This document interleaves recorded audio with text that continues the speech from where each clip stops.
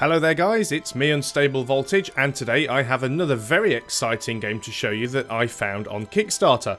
I'm absolutely amazed with the quality of games that has been popping up on Kickstarter over the last few weeks. Unfortunately I don't have time to bring you them all, but this is one that really jumped out to me over the last few weeks, and it is called Earthlock Festival of Magic. It's the first game in the Earthlock series of games by Norwegian developer Snowcastle.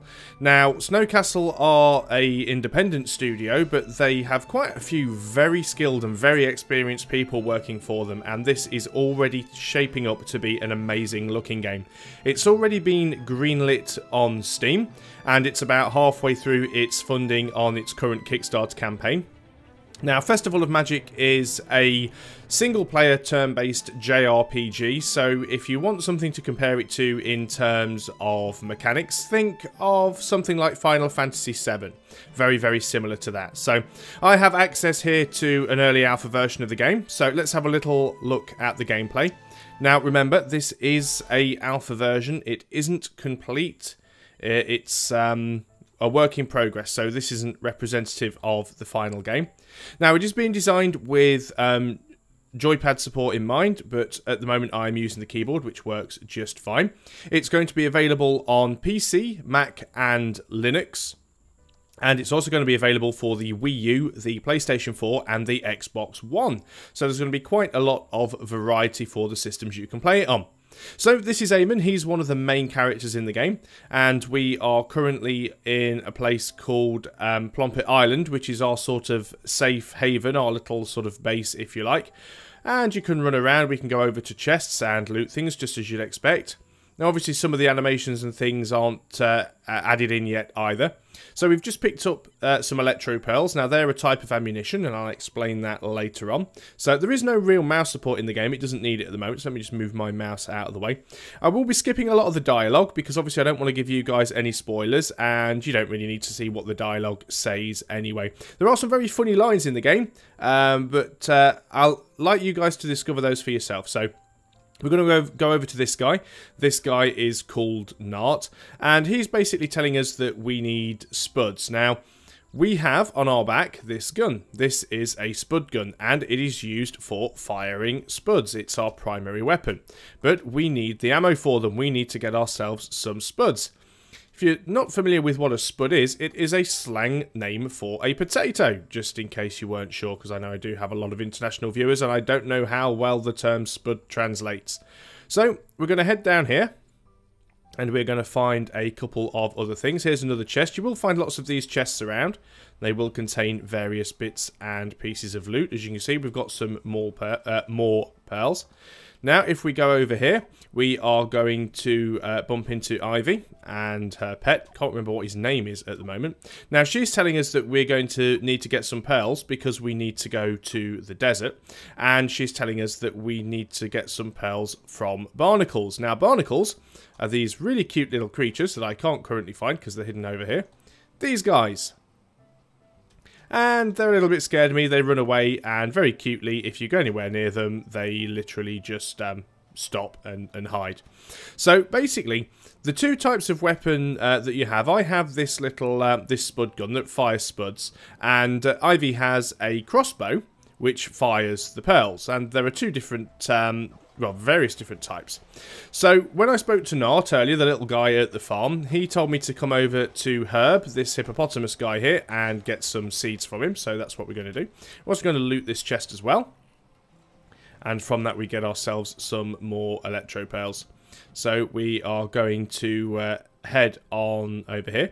Now, you might notice a little bit of screen tearing at the minute. Bear in mind, as I said, this is an alpha of the game, and I'm recording this using Fraps. Now, when I played through this, and I wasn't recording, I didn't even get that screen tearing. Bear in mind, I don't actually have VSync turned on either, because I don't do that while I'm recording, but, I mean, the game was, this alpha was running even more smoothly than this, when I wasn't running Fraps. But anyway, back over to Nart, and he's telling us that we can basically grow some seeds. Now, we know we're going to the desert because we've been told that by one of the characters, so we really need to grow ourselves some ice spuds. So if we come over to these little patches of land and we go through to the context sensitive action menu, we can pull the weeds here. we can then till the earth, and we can then go down to ice seeds and plant an ice seed. What we can also then do is water the plant. But we don't have any water. Not yet, anyway. So what I'm just going to do is plant the other 5 of these. Luckily, the menu also remembers what it was on, so I don't have to scroll down to ice seed every time. So it's very quick. Break rocks, till tile. Everything uses just one action button, and it's context sensitive. So I can literally just run along and press these buttons. I'm going to plant all 5 of them, and then I'm going to go and speak to Nart about water. Now, what he's basically telling me is that he can help me out if I go and water a plant, and he will come over and give it a little bit of magical drizzle. And watering the plant makes it grow faster. We still need to wait for it to grow. So what I'm going to do is I'm just going to run around to the other ones that I planted and water them. And this is basically how you get your ammunition. It's a crafting system that allows you to craft the various different things that you want. We do have some other types of plants.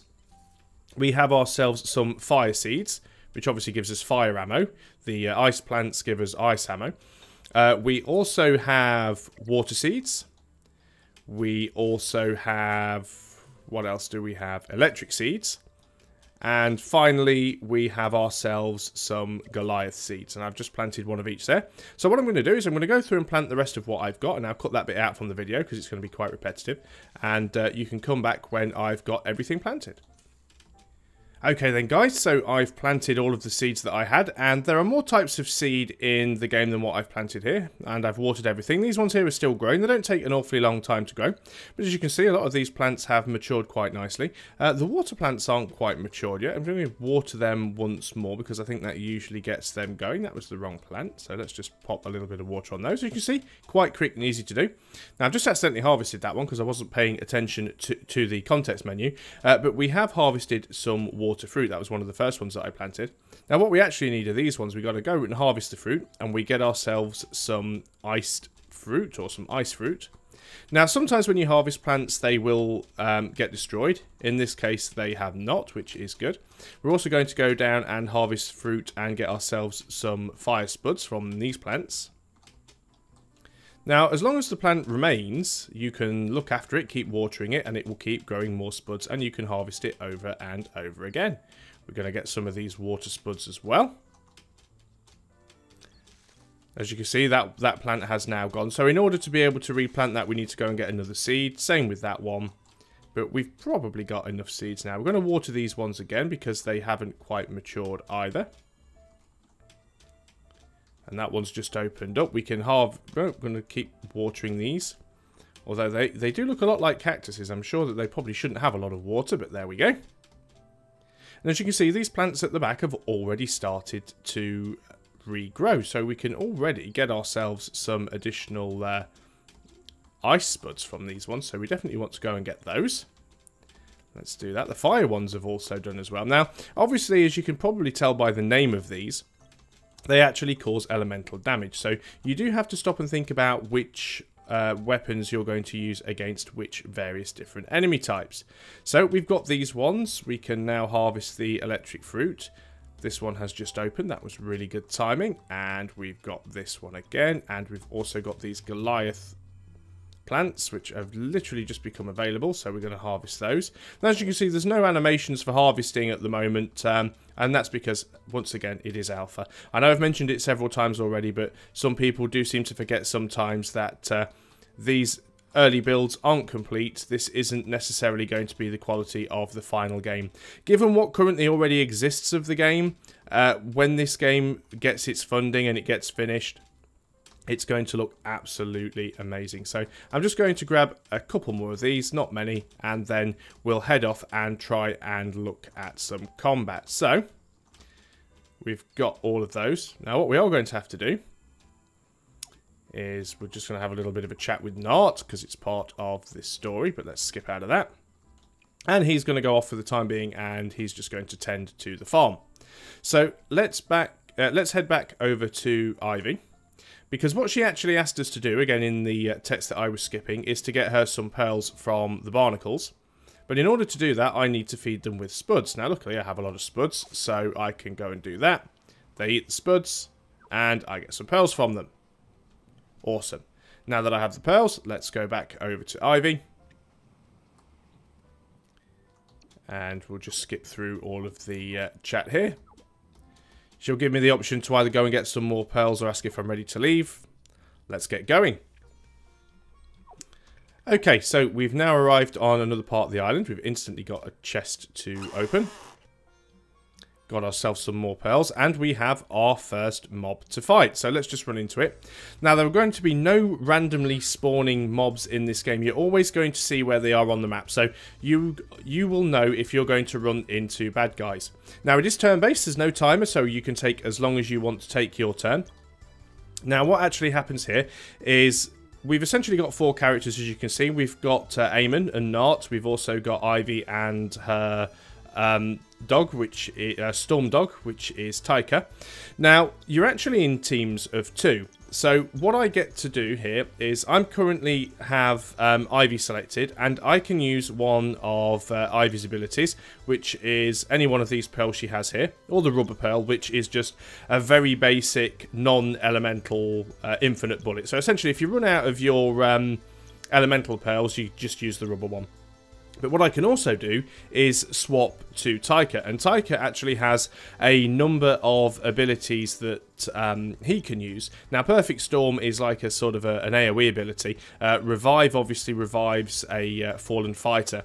Now, each of your team is divided into 2 people. You have the warrior and the protector. So in this case, Ivy is the warrior, she does all the attacks, and Taika is the protector. Same on the other side with Eamon and Nart. And in order for the protector to be able to do things, you need to get support points, which you get from being attacked by the enemy. So Taika doesn't actually have any. So I'm going to go over to Ivy, and we're going to go for the Ice Pearl. We select our target, and we fire. Now, it's quite a weak creature. This is just a sort of tutorial. But there you go. We've won that fight quite easily.